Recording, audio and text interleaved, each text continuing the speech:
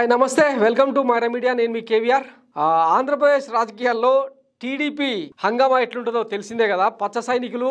పచ్చ క్యాడర్ ఎట్లాంటి హంగామా చేస్తుందో చూస్తూనే ఉంటాం ఈ నేపథ్యంలో నిన్న ఆంధ్రప్రదేశ్ హైకోర్టు చంద్రబాబుకు సంబంధించిన 3 కేసులు ORR outer ring road and liquor scam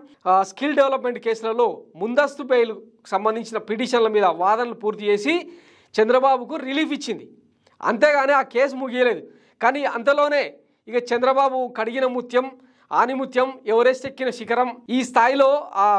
TDP camp సంబరాలు చేసుకుంటుండడం ఇప్పుడు ఆంధ్రప్రదేశ్ ప్రజల్లో ఆశ్చర్యాన్ని కలగజేస్తుంది అసలు స్కిల్ డెవలప్మెంట్ స్కామ్లో సైతం చంద్రబాబుకు వచ్చింది కండిషనల్ బెయిలే తప్ప ఆయన ఏం సచ్చిలుడు కేసు ఇంకా క్లోజ్ అయిందని చెప్పి కోర్టు బయటకు పంపేలే దానికి సంబంధించి ఈ నెల 19న సుప్రీంకోర్టులో వాదనలు జరగబోతున్నాయి ఏపీసీఐడి సుప్రీంకోర్టును ఆశ్రయించింది చంద్రబాబు బెయిల్ క్యాన్సిల్ చేసి మళ్ళీ కస్టడీలోకి తీసుకోవాలి ఇంకా విచారణ చేసేది ఉందని చెప్పి ఈ నెల 19న వాదనలు వినిపించబోతుంది సో 19న జరిగే సుప్రీంకోర్టు వాదనలు కీలకంగా మారుతున్న నేపథ్యంలో ఏపీ హైకోర్టు ఇచ్చిన జస్ట్ రిలీఫ్నే వీళ్ళు సంబరాలు చేసుకుంటుండడం ఆశ్చర్యం కలిగిస్తుంది స్కిల్ డెవలప్మెంట్ స్కామ్లో ఇంచుమించు 52 రోజుల పాటు జైల్లో ఉన్న ఆయనను బయటకు తీసుకురాలేకపోయారు ఆయన అడ్వకేట్లు వ్యవస్థల్ని మేనేజ్ చేస్తాడు న్యాయశాఖలో ఆయన నాటిన విత్తనాలు మొలకలయ్యాయి మర్రి చెట్లు అయ్యాయని చెప్పి ఒక చర్చ ఉన్న నేపథ్యంలో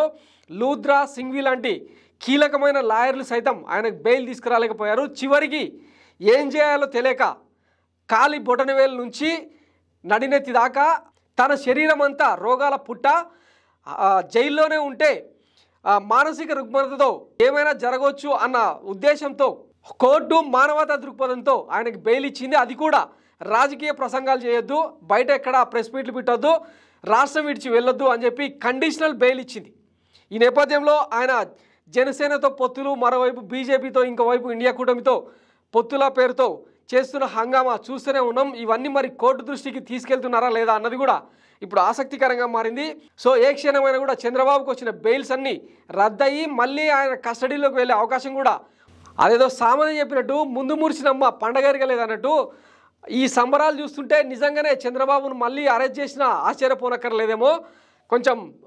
సంయమనం పాటించండి సో ఏదేమైనా ఇప్పుడు ఆయన మీద మోపబడిన కేసులు ఏవైతే ఉన్నాయో liquor scam outer ring road scam skill development స్కామ్లలో ఆయనకు వచ్చింది కేవలం ముందస్తు బెయిల్ మాత్రమే సో స్కిల్ డెవలప్మెంట్ స్కామ్లోనే ఆయన బయట ఉన్నారు బెయిల్ మీద ఇంకా మిగతా outer ring road and liquor స్కామ్లో ముందస్తు బెయిల్ వచ్చింది అంతే తప్ప విచారణ పూర్తి కాలేదు ఇంకా ఎంక్వైరీ కొనసాగాల్సి ఉంది వాళ్ళే ఒక ప్రచారాన్ని స్టార్ట్ చేశారు కదా నిజం గెలవాలి అని ఆ నిజం గెలుస్తుందా ఓడుతుందా అన్నది కోర్టులు తేల్చాల్సిన ప్రక్రియ సో